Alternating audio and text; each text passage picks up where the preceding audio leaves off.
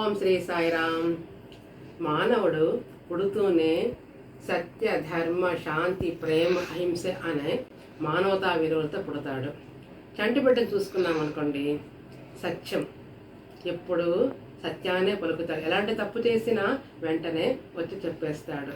ధర్మం, తన పని ఏదో తను చేసుకుంటూనే పోతాడు. శాంతి, ఎప్పుడు ప్రశాంతంగా ఉంటాడు, ఎలాంటి టెన్షన్స్ ఉండవు. ప్రేమ, ప్రతి ఒక్కరిని చిరునవ్వుతో పలకరిస్తాడు, చిరునవ్వుతో నవ్వుతాడు. అహింస, ఎలాంటి చెడు తలంపులు ఉండవు. అయితే ఈ పిల్లాడు పెరుగుతూ పెరుగుతూ సమాజంలో ఉన్న అనేక విషయాలపై ఆసక్తుడై అరిషడ్ వర్గాలకి లోనవుతాడు.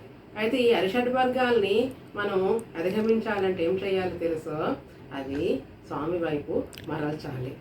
అరిషడ్ వర్గాలు ఏంటి? కామము, క్రోధము, లోభము, మోహము, మదము, మాశ్చర్యము.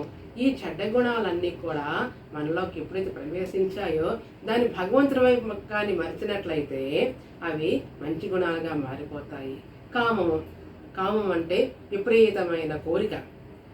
ఆ కోరికను మనము భగవంతుడి వైపు మరల్చాలి.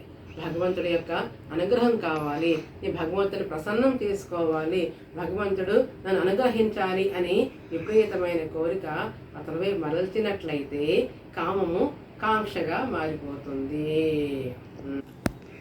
క్రోధము అంటే కోపము. భగవంతుడు ఇంకా రాలేదే, స్వామి ఇంకా నన్ను దర్శనం ఇవ్వలేదే, స్వామి ఇంకా నన్ను అనుగ్రహించలేదే, నాలో ఏం తప్పున్నది, నన్ను ఎందుకు ఇంకా అనుగ్రహించడం లేదు అని భగవంతుడి మీద ఒక పంతం పట్టాలి. ఆ పంతమే, ఆ క్రోధమే మనకి ఒక పట్టుదలగా మారుతుంది. లోభం అంటే పిసినారితనము. దీన్ని భగవంతుని వైపు మరల్చాలి. భగవంతుడు నావాడు, నాకే చెందినవాడు అని అనుకోవడం వల్ల ఈ లోభము ఆర్తిగా మారిపోతుంది.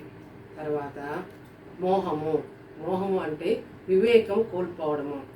భగవంతుడి వైపు దీన్ని మరల్చితే ఎలాగుంటుందంటే, భగవంతుడు లేనిదే నేను జీవించలేను, భగవంతుడి తోడు లేనిదే ఈ లోకంలో నేను ఉండలేను అని పిచ్చి పట్టిపోతుంది మనసు. ఇలాంటి మనసుని ఈ మోహము విశ్వాసంగా మారిపోతుంది. మదము, మదము అంటే గర్వము. దీన్ని భగవంతుడి వైపు మరల్చాలి. ఎలా అంటే, నాకు భగవంతుడు అండ ఉన్నది, నాకేమీ భయం లేదు, నాకు భగవంతుడు చూసుకుంటాడు, నన్ను వదిలిపెట్టాడు అని అనుకోవడం ద్వారా, అనే ఈ భావన ద్వారా ఈ మదము తపనగా మారిపోతుంది. మాశ్చర్యము, సర్కస్లో సింహాలు వాటి మాస్టర్ చేతిలో ఉంటే చక్కగా వింటాయి.